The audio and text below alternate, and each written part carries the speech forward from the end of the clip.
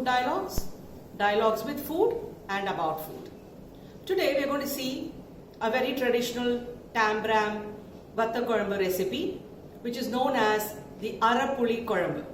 As the name suggests, the tang is going to be half than what we generally savor in other kinds of Vatta Korambu, and the ingredients that go into the Vatta Korambu are also different. So let's get going. Let's take a look at the ingredients.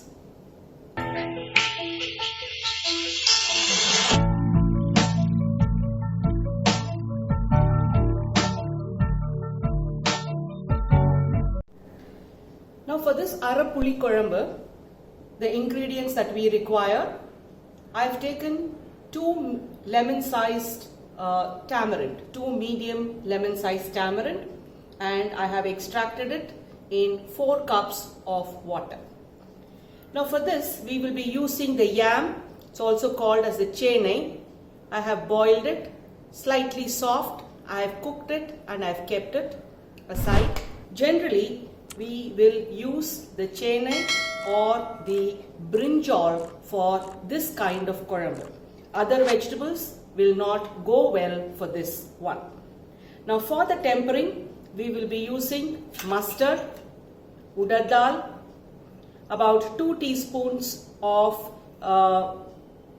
peanuts, a little bit of asafoetida, then turmeric, curry leaves, about 2 tablespoons of finely chopped coconut, and 2 teaspoons of sambar powder, red chili, and for the final finish we are going to use this crushed urad dal papads. So this is the usual aplam, ulitha aplam, which I have deep fried. I have crushed 1 big aplam and I have kept it. I will show you how to use this for the korambu finally. I have also made a rice flour slurry. I have taken about 1 teaspoon of rice flour and I have made a slurry with water. I have kept it aside, and salt for taste. Now let us see how to make this korambu. I have added 2 teaspoons of sesame oil to the pan.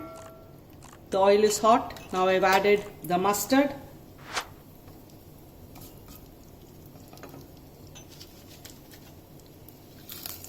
the red chili,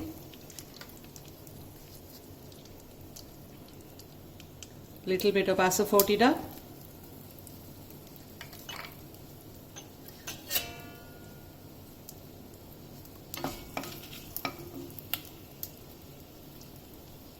the urad dal,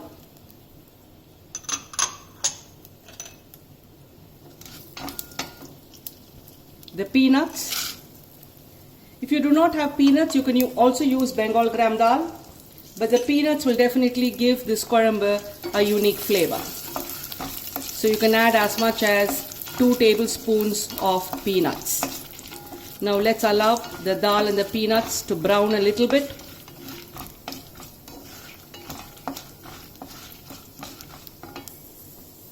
The chopped coconut. Now let's wait for the coconut to become light brown in color. I am going to lower the flame at this point.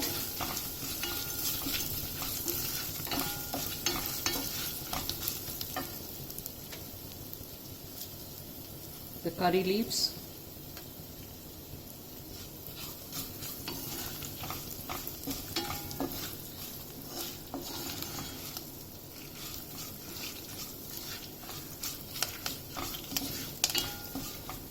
This korambu is a kind of a Vatta Korambu, and it is known as Arapuli Korambu probably because the tang from the tamarind is slightly subtle when compared to the other Vatta Korambus. Arapuli, Arai Puli, that means half the quantity of tamarind.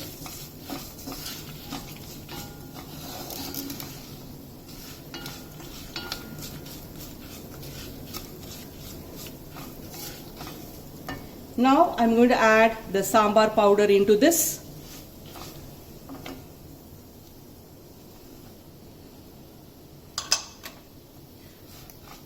fry it well in oil. The aroma that comes out is absolutely delicious. I really wish that all of you could experience this aroma.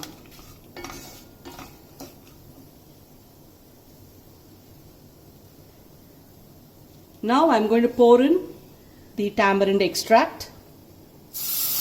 As I have told you, 2 medium-sized, lemon-sized tamarind. I've extracted it in about 4 cups of water. I'm going to add the required salt.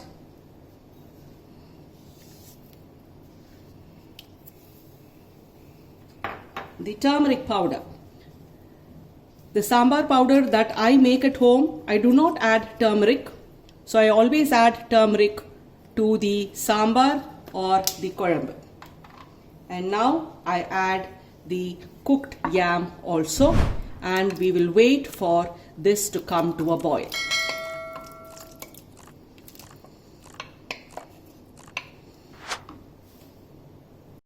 Korambu is boiling well, and you can see that little oil that we have added is floating on to the sides.